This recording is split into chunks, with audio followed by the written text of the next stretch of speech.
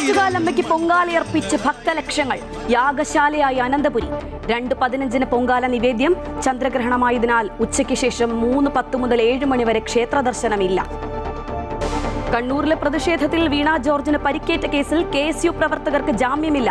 ജാമ്യഹർജി തള്ളി Kannur judicial 1ാം class magistrate കോടതി. 5 പ്രതികളും ജയിലിൽ തുടരും. ആലപ്പുഴ തുറവൂർ താലൂക്ക് ആശുപത്രി കെട്ടിടം ഉദ്ഘാടനത്തിനിടെ കരിങ്കൊടി പ്രതിഷേധവുമായി കോൺഗ്രസ്. തടയാൻ ശ്രമിച്ച CPM പ്രവർത്തകരുമായി സംഘർഷം. ആരോഗ്യമന്ത്രി കെട്ടിടം ഉദ്ഘാടനം ചെയ്തത് ഓൺലൈനായി. പത്തനംതിട്ടയിൽ പൊതുപരിപാടിയിൽ പങ്കെടുത്ത് വീണ ജോർജ്. ഇറാൻ മുന്നറിയിപ്പുമായി അമേരിക്കയും ഇസ്രായേലും. 24 മണിക്കൂറിനുള്ളിൽ സൈനിക കേന്ദ്രങ്ങളിലേക്ക് ശക്തമായ ആക്രമണം നടത്താൻ തീരുമാനം. ടെഹ്റാനിലെ ജനവാസ മേഖലകളിൽ നിന്ന് താമസക്കാരോട് ഒഴിഞ്ഞുപോകാൻ നിർദ്ദേശം.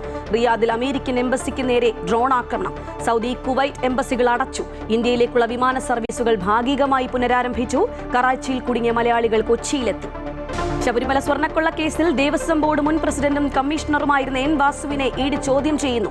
ദേവസ്വം ബോർഡ് മുൻ പ്രസിഡന്റ് A. പത്മകുമാറിന്റെ ദ്വാരപാലക ശില്പ കേസിലെ സ്വാഭാവിക ജാമ്യ ഹർജിയിൽ കൊല്ലം വിജിലൻസ് കോടതി വിധി നാളെ.